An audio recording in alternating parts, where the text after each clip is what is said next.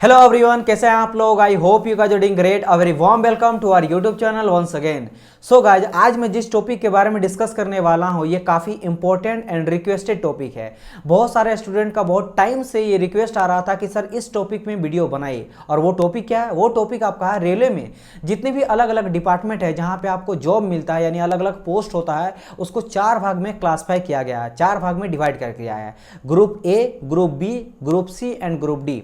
इन 4 में से एक के बारे में आप जरूर सुने होंगे, ग्रुप डी के बारे में, कि ग्रुप डी का मैं प्रिपरेशन कर रहा हूं, ग्रुप डी का मुझे जॉब लगा। लेकिन ग्रुप सी में कौन सा पोस्ट होता है, ग्रुप बी में कौन सा पोस्ट होता है, सेम सिमिलरली ग्रुप ए में कौन सा पोस्ट होता है, और सभी का मैं बताऊंगा कि सिलेक्शन प्रोसेस क्या होता है, एलिजिबल क्राइटेरिया क्या होता है, एज कितना आपको चाहिए उस जॉब को लेने के लिए। और कुछ कुछ ऐसा पोस्ट होता है जो आप डायरेक्ट यानी एग्जाम देके वहां तक नहीं जा सकते हो, आपको जब प्रमोशन मिलेगा तभी जाकर वहां तक पहुंचेगे। तो वो कौन सा पोस्ट होता है। और सबसे इंपॉर्टेंट चीज़ ये है कि अधिकतर स्टूडेंट का ये कहना था कि सर हॉल यूट्यूब में इस टॉपिक में कोई वीडियो अभी तक नहीं बनाया है। तो दैट इज वाई ये काफ़ी यूनिक टॉपिक है और काफ़ी इंपॉर्टेंट है। आप लोग बहुत टाइम से सुने होंगे ना भाई, ग्रुप डी का जॉब का तैयारी कर रहे हैं तो ए बी सी डी इन सभी जितने भी आपका पोस्ट होता है, कौन कौन सा जॉब इस सब में आता है, लाई करता है, और वो किस कैटेगरी का होता है, उसमें सिलेक्शन प्रोसेस में कैसे ले सकता हूँ, क्या होता है, क्राइटेरिया होता है, और वर्क कल्चर कितना होता है, सैलरी आपको कितना मिलता है, सब चीज़ के बारे में डिस्कस करेंगे। और जैसे मैंने कहा, हॉल यूट्यूब में इस टॉपिक में आपको वीडियो बिल्कुल नहीं मिलेगा। तो आपको पहले लाइक कर देना वीडियो को, कमेंट करके जरूर बताइएगा वीडियो कैसा लगा। एंड उसके अलावा अगर चैनल में फर्स्ट टाइम हमारे विजिट किए हैं तो चैनल को सब्सक्राइब कीजिएगा, बेल आइकन को प्रेस कीजिएगा, ताकि कोई भी अपडेट आपसे छूटे ना, चाहे रेलवे से रहे, जॉब अपडेट से रहे, या फिर आपका कंटेंट से रिलेटेड रहे। तो चलिए हम लोग स्टार्ट करते हैं इस टॉपिक को।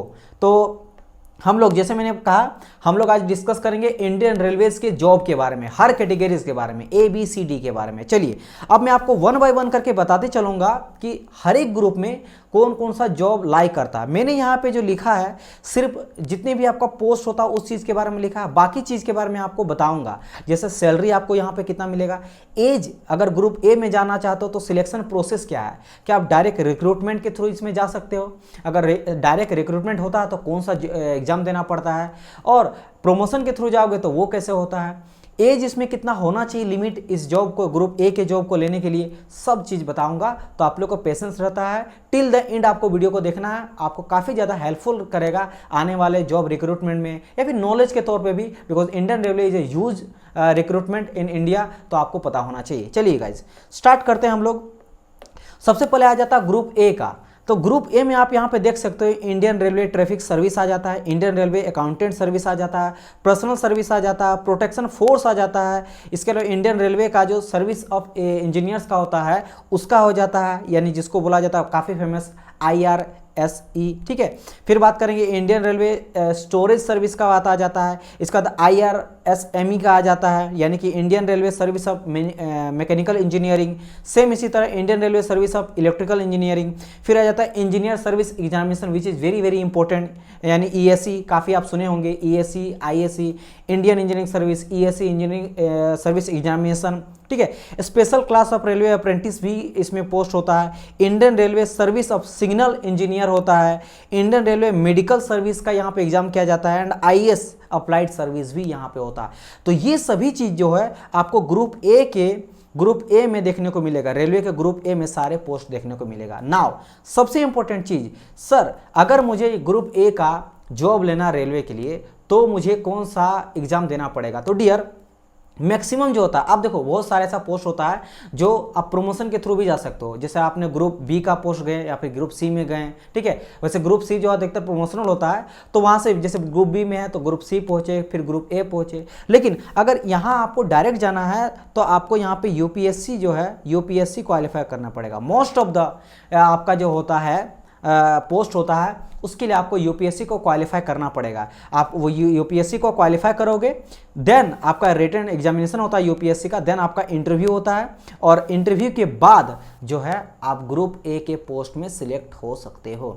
समझ आया? पहली बात तो ये क्लियर हो गया कि सर मुझे UPSC का रिटन टेस्ट प्लस इंटरव्यू देना पड़ेगा, देन आप मुझे जो है ये पोस्ट मिल सकता है, सिलेक्शन मिल सकता है। अब बात कर लेते हैं थोड़ा सा हम लोग कि अगर मैं ये बात करूँ कि ग्रुप ए में काम क्या होता है सर, वर्क का अगर मैं बात करूं तो वर्क कल्चर बोल लो, या फिर यहाँ पे मुझे सर काम क्या करना पड़ता है, ठीक है। जो भी ग्रुप ए में जाता है उसका वर्क क्या रहता है वो मैं आप लोग को बताता हूँ। अगर मैं वर्क का यहाँ पे बात करूँ ना डियर, तो देखो मैं यहाँ पे बात करता हूँ, ऑब्वियसली बात है आप ग्रुप ए सबसे गेजेटेड पोस्ट में आप हैं, तो आपको यहाँ पे रिस्पॉन्सिबल एक तरह से दायित्व निभाना है रेलवेज का, जैसे कि जो भी ओवरऑल एडमिनिस्ट्रेटिव का काम होता है वो आपको देखने को मिलेगा। इसके अलावा अगर मैं बात करूँ सेकंड, तो जो भी टेक्निकल और मैनेजर यानी कि मैनेजमेंट करने वाला पार्ट होता है, मैनेजर वाला चीज़ होता है, जो कि आपके इंडियन रेलवे को एसोसिएट होता है ट्रांसपोर्ट के साथ, वो आपको देखना पड़ेगा। यानी कि समझ लो, अगर मैं एक लाइन में आपको कहूँगा ना तो सिंपल सा है कि आपको मैनेज करना है, इसके अलावा आपको एडमिनिस्ट्रेटिव को ध्यान में रखना है, ट्रांसपोर्ट वगैरह को देखना है, हर चीज़ को, ये सभी आपका काम रहेगा। समझ आए कि नहीं। चलिए ना मैं बात करता हूं अब एज का, कि सर एज मिनिमम कितना होना चाहिए। देखो अगर मैं ग्रुप ए का बात करूं तो अधिकतर 21 से लेकर 32 एज तक रहता है, कुछ कुछ पोस्ट के लिए 21 से लेकर 30 एज तक रहता है, और ये विदाउट रिलैक्सेशन का मैं बात कर रहा हूं। यहाँ पे रिलैक्सेशन ऐड हो जाएगा। अगर आप ST SC से बिलोंग करते हो तो आपका 5 ईयर जुड़ जाएगा यहाँ पे, ठीक है। SC ST से हो तो 5 ईयर जुड़ जाएगा, एंड अगर आप OBC से हो तो आपका 3 ईयर जुड़ जाएगा। सिमिलरली PWD से हो तो और आपका कुछ 10 ईयर के आसपास मिलता है और जुड़ जाता है। तो आपको ये विदाउट एज रिलैक्सेशन का अगर मैं बात करूँ जनरल का, तो 20 से लेकर 32 ईयर तक कुछ पोस्ट के लिए, और कुछ पोस्ट के लिए 20 से लेकर 30 ईयर तक आपका एज होना चाहिए, ठीक है। चलिए एज रिलैक्सेशन के बारे में हम लोग बात कर लिए, एज क्राइटेरिया के बारे में बात हम लोग कर लिए। आपका क्या काम रहेगा, मैंने जैसे कहा responsible for overall administrative technical and managerial function associate with rail transport, ये तो चीज़ हो गया। अब थोड़ा हम लोग बात करें, और मैंने एग्जामिनेशन का बताया कि UPSC रिटन टेस्ट देना पड़ेगा, फिर आपका इंटरव्यू होगा, देन आपका सिलेक्शन होता है। सैलरी का बात कर लेते हैं। सर सैलरी कितना मिलेगा, पैसा कितना मिलेगा। पैसा ही तो वेरी वेरी इंपॉर्टेंट फॉर भाई एवरीडे लाइफ को चलाने के लिए तो सबसे इंपॉर्टेंट यही है ना, बाकी तो वर्क है ही। अगर मैं सैलरी का बात करूं तो 80 से लेकर 90,000 के बीच में आपको जो है यहाँ पे सैलरी मिलेगा इन हैंड। लेकिन यहाँ पे सिर्फ इसके अलावे आपको स्पेशल पक्स भी मिलता है, ठीक है। जैसे बहुत सारा सचेज अलाउंसेस, जैसे HRA का बात करेंगे, ठीक है। HRA हो गया यानी कि होम रेंट अलाउंसेस। DA का बात करेंगे, डियरलेस अलाउंसेस। इसके अलावा आपका मेडिकल फैसिलिटी मिलता है, ट्रांसपोर्ट फैसिलिटी मिलता है, बोनस मिलता है, और हजारों बहुत सारे ऐसे फैसिलिटीज़ है जो आपको रेलवे प्रोवाइड कराती है। तो उन सभी को अगर ऐड करेंगे तो ना 1 लाख से पार 100% हो जाता है यहाँ पे, ठीक है। क्लियर समझ आए कि नहीं, यहाँ पे सारे चीज़ के बारे में आप लोग को बता दिया। नाउ अब हम लोग बात करते हैं ग्रुप बी। ग्रुप बी में कौन कौन सा जो है वो पोस्ट आता है, तो इसमें अगर बात करेंगे असिस्टेंट नर्सिंग ऑफिसर वगैरह आता है, सीनियर सेक्शन ऑफिसर्स इसमें आ जाता है, इसका DMS जो होता है डिपोट मटेरियल सुपरिटेंडेंट इसमें आ जाता है। इसके बारे में बात करते हैं। सर ग्रुप बी के लिए जो है, ग्रुप बी के लिए क्या होता है, सिलेक्शन प्रोसेस, एज वगैरह क्या रहता है, सैलरी वगैरह क्या रहता है, ये हम लोग बात करते हैं। सबसे पहले मैं आपको बता देता हूं, अगर आपको ग्रुप बी में जाते हैं ना तो यहाँ पे कोई ऐसा प्रोसेस नहीं है जिससे आप डायरेक्ट रिक्रूटमेंट के थ्रू ग्रुप बी में जाते हो। ऑलवेज याद रखना, ये जो ग्रुप बी का ये प्रोमोशनल वाला है, यानी कि आप प्रोमोशन के थ्रू जो है एक सिस्टम रिलाई करता है on promotion from the candidate already in group C post, यानी कि जो पहले से ग्रुप सी पोस्ट में होता है उस पर ये रिलाई करता है। ग्रुप सी से प्रमोशन के थ्रू आप ग्रुप बी में पहुंचते हो। समझ आए मेरी बात कि नहीं, ये चीज़ बताया जाता है। अच्छा इसमें मैं आपको कुछ क्राइटेरिया बता देता हूं। अगर मैं सिविल इंजीनियरिंग से आप बिलोंग करते हो, सिविल इंजीनियरिंग, तो सिविल इंजीनियरिंग में for instant 70% of the post filled by the selection process. Civil engineering में एक पोस्ट होता है, उस पोस्ट का मैं नाम आपको बता देता हूं। वो पोस्ट होता है आपका नॉन मिनिस्ट्रियल, ग्रुप सी का होता है पोस्ट, ठीक है, नॉन मिनिस्ट्रियल। तो आप अगर वहां उसी पोस्ट में सिविल इंजीनियरिंग से है तो उससे 70% जो है selection process plus written examination और इंटरव्यू के साथ जो है आप ग्रुप बी में आ सकते हो। बस मोस्ट ऑफ द केस ये क्या होता है, आपका प्रमोशनल होता है। अलग कोई भी आप अगर बैकग्राउंड से बिलोंग करते हो, मैकेनिकल से टेक्निकल में अगर आ रहे हो तो यहाँ पे आपको प्रमोशन का ही थ्रू यहाँ पे रिलाई उसी पे डिपेंड करता है। और बाकी 30% ऐसा होता है कि ग्रुप सी पोस्ट को जो है वो एक एग्जामिनेशन होता है जो कि डिपार्टमेंटल एग्जाम होता है। डिपार्टमेंटल आप एग्जाम देते हो, और कब एग्जाम देते हो ये भी मैं आपको बताता हूँ। 5 ईयर ऑफ सर्विस, जब आपका 5 साल सर्विस हो जाता है ग्रुप सी में 5 ईयर ऑफ सर्विस हो जाता है, जब उसके बाद आप डिपार्टमेंटल एग्जाम देते हो और उस एग्जाम को जब क्वालिफाई करते हो देन आप यहाँ पे ग्रुप बी का पोस्ट लेते हो। 5 ईयर सर्विस होने के बाद डिपार्टमेंटल एग्जाम, तब आप ग्रुप सी में पहुंचते हो। अच्छा सर ये तो चीज़ हो गया। सर सैलरी के बारे में बताइए। अगर मैं यहाँ पे सैलरी का बात करता हूँ ना तो इन हैंड 50 मिलता है, बट स्पेशल पर्क वगैरह सब काफ़ी है, और उन सभी को ऐड अगर करोगे तो ये भी आपका 1 लाख के आसपास हो जाता है, 80-90,000 के आसपास हो जाता है सेल, क्योंकि यहाँ पे लगभग तो 20,000 में बात करूँगा HRA और DA ही ऐड हो जाता है, उससे ज़्यादा 30,000 के आसपास सिर्फ DA और HRA, DNS अलाउंसेस और home rent allowances. DNS allowances क्यों दिया जाता है? बिकॉज आप एक अच्छे पोस्ट में हो, तो आपके पोस्ट को बनाए रखने के लिए आप जिस सोसाइटी में रहोगे as a senior section engineer रहोगे, तो उस पोस्ट को एक अहमियत आपका है, एक आप वहाँ पे हो, यानी समझ रहे हो ना, आपके पोस्ट को बनाए रखने के लिए क्या करते हैं रेलवे मिनिस्ट्री के द्वारा आपको स्पेशल अलाउंसेस दिया जाता है, DNS allowances. Home rent allowances क्या होता है? अब अगर क्वार्टर लोगे रेलवे का क्वार्टर तब तो ठीक है, अगर नहीं लेते तो आपको वो चीज़ जाता था। ये दोनों का क्यों मैं बोल रहा हूँ HRA और DA, क्योंकि यहाँ से आपको ज़्यादा बेनिफिट देखने को मिलता है, in the form of salary आपको पैसा मिलेगा, ज़्यादा अमाउंट मिलेगा। इसके अलावा हजारों मेडिकल फैसिलिटीज़ वगैरह है, ट्रांसपोर्ट वगैरह है, स्टडी का आपको मिलता है, ठीक है। इसके अलावा और बोनस वगैरह मिलता है, जो काफ़ी चीज़ें आपको इंक्लूड हो जाता है, उन सभी चीज़ों को लेकर ज़्यादा हो जाता है, ठीक है। समझ आए कि नहीं? चलिए अब बात करते हैं ग्रुप सी का। ग्रुप सी, अब देखो इससे पहले जो ग्रुप बी आया और ग्रुप ए आया, अभी आप सुनते हैं ना रेलवे रिक्वायरमेंट बोर्ड RRB, तो RRB का काम अब से स्टार्ट होता है, इससे पहले RRB का कोई काम ही नहीं है। अच्छा, और एक चीज़ क्या आप लोग को पता है, ये फॉर जनरल नॉलेज, कि RRB पहले RRB नहीं था, ये पहले कुछ और था। अगर मैं बात करूंगा 1942 का बात है, 1942 में किया गया था गठन रेलवे सर्विस कमीशन का, ठीक है, यानी कि RSC का, रेलवे सर्विस कमीशन। और इसका काम रहता था क्या? इसका काम रहता था कि ग्रुप सी कि जितने भी पोस्ट है उसका रिक्रूटमेंट करना, एग्जाम प्रोसेस करना। लेकिन अगर मैं बात करूं इसी सेम नेम को रीनेम कर दिया गया RRB से, रेलवे रिक्वायरमेंट बोर्ड से। कब किया गया? तो ये आपका क्या 1985 में। तो थोड़ा जीके के तौर पे याद रखिएगा कि इसी को RSC को, रेलवे सर्विस कमीशन को 1985 में RRB कर दिया गया। और अभी के टाइम पे 21 में RRBs है, 21 RRB का जोन है, जिसका काम क्या रहता है? जिसका काम रहता है सिलेक्शन लेना। हर एक RRB में कितना वहाँ पे जेई वगैरह है, या फिर जो भी इसमें आता है ग्रुप सी के पोस्ट में आता है, चाहे मैं बात करूँ ट्रैफिक अप्रेंटिस का, या फिर जूनियर असिस्टेंट का, या फिर सीनियर क्लर्क का, कमर्शियल अप्रेंटिस का, ट्रैफिक असिस्टेंट का, सीनियर टाइम कीपर का, टेक्निकल जॉब में आ जाता है LP टेक्नीशियन वगैरह, आपको पता है 12th लेवल का होता है, ग्रेजुएशन में अप्लाई कर सकते हैं। इसके अलावा जेई इसमें जो आता है, जेई भी ग्रुप सी में ही आ जाता है। Civil, mechanical, electrical, signal, telecommunication में आप जेई बनते हो। यहाँ तक कि सीनियर सेक्शन इंजीनियर भी ग्रुप सी में ही आता है, रेलवे के ग्रुप सी में ही आता है। वो भी आपका नॉन गेजेटेड पोस्ट ही होता है। गलती मत कीजिएगा कि ग्रुप जो जेई होता है एंड सीनियर सेक्शन इंजीनियर होता है वो गेजेटेड होता, नहीं। आप जब ग्रुप बी में पहुंचते हो तब आपका गेजेटेड ऑफिसर बनते हो, उससे पहले नॉन गेजेटेड ही में ही आता है। समझ आया कि नहीं? चलिए ये चीज़ हो गया। तो आप समझ लेना यहाँ पे कि ये सभी चीज़ का काम किसका रहता है? जितने भी 21 RRB है उन सभी का यहाँ पे काम रहता है, इन सभी में रिक्रूट करना। इसके अलावा इसमें टिकट क्लर्क वगैरह आता है, TC वगैरह आता है, स्टेशन मास्टर आता है, गुड्स गार्ड आता है। तो ये सभी चीज़ जो है अब किस में आता है? ग्रुप सी में आता है। समझ आए कि नहीं? चलिए, तो ये चीज़ आपका हो गया, जिसमें आपको नॉन टेक्निकल और टेक्निकल दोनों पोस्ट होता है। आप देख ही सकते हो सिविल मैकेनिकल ये आपका टेक्निकल वाला चीज़ है, जिसमें जेई जाएगा, है ना। आपका टेक्निकल में बात करेंगे LP भी कुछ टेक्निकल आता है, और यहाँ पे नॉन टेक्निकल जैसे TC, गुड्स गार्ड हो गया, स्टेशन मास्टर हो गया, TC वगैरह हो गया, जूनियर असिस्टेंट क्लर्क हो गया, सीनियर क्लर्क हो गया, ट्रैफिक असिस्टेंट हो गया, ये आपका नॉन टेक्निकल पोस्ट है, राइट। तो ये चीज़ हो गया। अगर मैं यहाँ पे बात करता हूँ सर इसका एज क्या रहता है, ठीक है, कुछ यहाँ पे नॉन टेक्निकल जॉब का यहाँ बात किया गया, और कुछ है जैसे गुड्स गार्ड है, स्टेशन मास्टर, ये आपका ग्रुप सी का ही मैं बात कर रहा हूँ। यहाँ पे कुछ जो छूट गया था इस पेज में दिया गया। ग्रुप सी जैसे नॉन टेक्निकल बहुत सारे जॉब हैं, जैसे इसको फेमस कहा जाता है NTPC, आप जानते होंगे NTPC एंड ग्रुप डी, ठीक है। तो ये NTPC किस में? ग्रुप सी में आता है।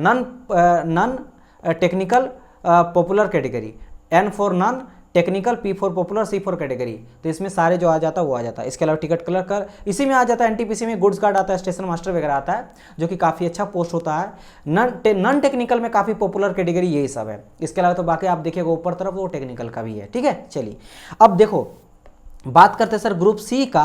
आपने जो बताया एज क्या है, अगर मैं एज के यहाँ से बात करूँ ना डियर, ठीक है, यहाँ पे एज का अगर मैं बात करता हूँ तो मैं आपको बता देता हूँ एज का यहाँ बहुत वेरी करता है, क्योंकि ग्रुप सी में बहुत सारा पोस्ट है। यहाँ पे कुछ जो है 12th लेवल का भी है, जैसे अगर मैं बात करूँ यहाँ पे LP और टेक्नीशियन का, तो यहाँ पे 12th लेवल में भी जा सकता है, ग्रेजुएशन लेवल का भी जा सकता है, ठीक है।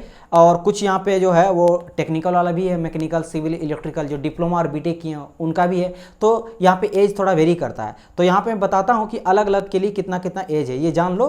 देखिए जैसे मैं बात करूँगा एज का, यहाँ पे बात कर रहा हूँ, जैसे 18 से लेकर 29 तक रहता है किसके लिए, 12th पास के लिए। अब 12th पास के लिए क्या है, 12th पास के लिए जो भी आपका है, जैसे एलपी वगैरह हो गया है ना, या फिर टेक्नीशियन हो गया, इसमें अगर आप जाते हो, या फिर टिकट क्लर्क हो गया, क्लर्क में जाते हो, टीसी में जाते हो, तो इन सब के लिए 18 से लेकर 29। और ये मैं बता रहा हूँ विदाउट रिलैक्सेशन। यहाँ पे अगर ST SC हैं तो आप और जोड़ लो यहाँ पे एज जितना भी आपका है उससे प्लस 5 ईयर, OBC है तो 3 ईयर, PWD है तो और 10 ईयर जोड़ लो, ठीक है। तो ये हो गया किसके लिए, 12th पास के लिए। अगर 18 से लेकर 32 तक बात करेंगे तो ये ग्रेजुएशन लेवल का। अब ग्रेजुएशन में कौन आएगा, स्टेशन मास्टर आ जाएगा, गुड्स गार्ड वगैरह आ जाएगा, है ना, ये सभी चीज़ आ जाएगा। इसके बाद बात करेंगे, फिर एक मिलता है जो 18 से लेकर 30 तक मिलता है। ये कब मिलता है, जैसे LP कोई जाता है या टेक्नीशियन बनता है उसके लिए आ जाता है। फिर गुड्स गार्ड वगैरह जाता है तो उसके लिए 18 से 29 भी आ जाता है, उसके लिए आ जाता है। तो ये अलग अलग, मतलब समझो 29, 30 या 32, ये मैं लास्ट बता रहा हूँ, लास्ट। किसी किसी के लिए 18 मिनिमम चाहिए, 18 से 29, 18 से 32, 18 से 30 आपका एज रहता है विदाउट रिलैक्सेशन। यहाँ पे रिलैक्सेशन आप ऐड करके और भी आपका टाइम मिल जाएगा। समझ आए कि नहीं, चलिए ये चीज़ आपका है। बात करते हैं सर, ये तो समझ गए सिलेक्शन प्रोसेस। मैंने जैसे कहा 21 RRB का काम रहता है लेना। CBT 1 CBT 2 होता है किसी किसी पोस्ट के लिए, जैसे ग्रुप D, सॉरी अगर मैं बात करूँ NTPC का तो दो आपका CBT होता है, first CBT and second CBT। JEE वगैरह का भी बात करेंगे तो आपका होता है first CBT and second CBT में होता है ना। LP वगैरह पे भी सेम कंडीशन है, 2 CBT मतलब कंप्यूटर बेस्ड टेस्ट, आपको कंप्यूटर में जाके वहाँ पे टेस्ट देना पड़ेगा। और वहाँ पे RRB JEE का बात करेंगे तो उसका सबका अलग अलग है ना, यहाँ पे सबका अलग अलग है। LP वगैरह बात करेंगे उसमें नंबर ऑफ क्वेश्चन कुछ अलग रहता है, 150 रहता है। अगर RRB JEE का बात करेंगे तो इसमें आपका अलग रहता है, CBT 1 में 100 का रहता है, CBT 2 में 150 का रहता है, TC वगैरह का अलग रहता है। सबका पैटर्न अलग है, सबका सिलेबस अलग है। वो अगर बोलेंगे तो सबका अलग अलग मुझे बनाना पड़ेगा, आप अगर कमेंट कीजिएगा तो बना देंगे। जिसका भी आपको जानना है, जिससे रेलवे JEE का सर सिलेबस क्या होता है, फर्स्ट CBT का, सेकंड CBT का, किस किस सेक्शन से क्वेश्चन पूछा जाता है, टेक्निकल सेक्शन से कितना पूछता है, नॉन टेक्निकल से कितना पूछता है, मैथ वगैरह पूछता है, रीजनिंग पूछता है, GS पूछता है, टेक्निकल पूछता है, सब मैं बताऊंगा। फिलहाल मैं आपको ओवरऑल बता दे रहा हूँ, ठीक है। एज हो गया। अगर मैं यहाँ पे बात करता हूँ डियर कि भाई सैलरी वगैरह जो वो कितना आपको मिलता है, तो सबके अलग अलग है। जैसे 12th वाले अगर जाते हो, ठीक है, 12th वाले में जाते हो तो 12th वाले के लिए 5200 ग्रेड पे मिल जाता है आपको, है ना। इसके 4200 लेकर 5200 ग्रेड पे मिल जाता है। अगर मैं ग्रेजुएशन का बात करूं तो उसमें भी आपका सेम कंडीशन वही आपका है। देन अगर मैं LP टेक्नीशियन का बात करूं तो आपका 19,900 आपका जो है वो मंथली मिलेगा, और इसमें अलाउंसेस वगैरह जोड़ के जो है वो 30 तक चल जाता है स्टार्टिंग में। स्टार्टिंग का मैं बात कर रहा हूँ। सेम अगर गुड्स गार्ड का मैं बात करता हूँ या फिर स्टेशन मास्टर का, तो उन लोग का काफ़ी अच्छा है, 5200 ग्रेड पे है। इसके अलावा 5200 ग्रेड पे से लेकर 2000 तक ये आपका ग्रेड पे जाता है। एंड इसके अलावा आपको यहाँ पे तो स्पेशल अलाउंसेस मिलता ही मिलता है। तो यानी कि इसको अगर मैं सैलरी के बेसिस पे बताऊँ, 5200 ग्रेड पे गुड्स कार्ड्स का, TC वगैरह का उसका अलग है, उसका समझ लो। मैं आपको एक मोटा मोटी बता देता हूँ, ठीक है। जैसे अगर मैं बात करता हूँ गुड्स कार्ड का, स्टेशन मास्टर का, तो इन हैंड आपको 60 के 70 के आसपास मिल जाएगा अलाउंसेस वगैरह को जोड़ के। अगर मैं बात करूँ TC वगैरह का, क्लर्क वगैरह का, तो 40 के आसपास ले लो।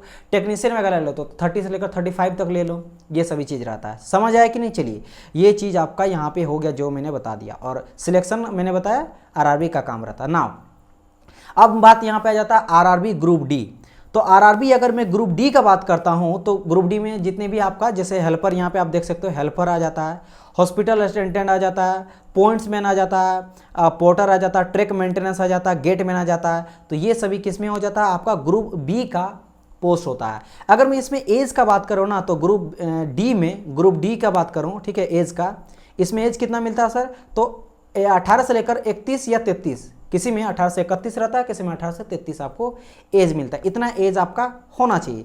इसके लिए अगर बात करेंगे क्या होना चाहिए, मिनिमम क्वालिफिकेशन। ग्रुप C का मैंने बात किया तो उसमें तो बहुत अलग है, 12th के लिए भी है, ग्रेजुएशन के लिए भी है, टेक्निकल के लिए भी है। ग्रुप D का बात करेंगे तो ये आपका 10th लेवल का, अभी तक तो 10th लेवल है, आगे चेंज होगा तो मैं आपको इन्फॉर्म करूंगा, बट 10th लेवल होना चाहिए और ITI।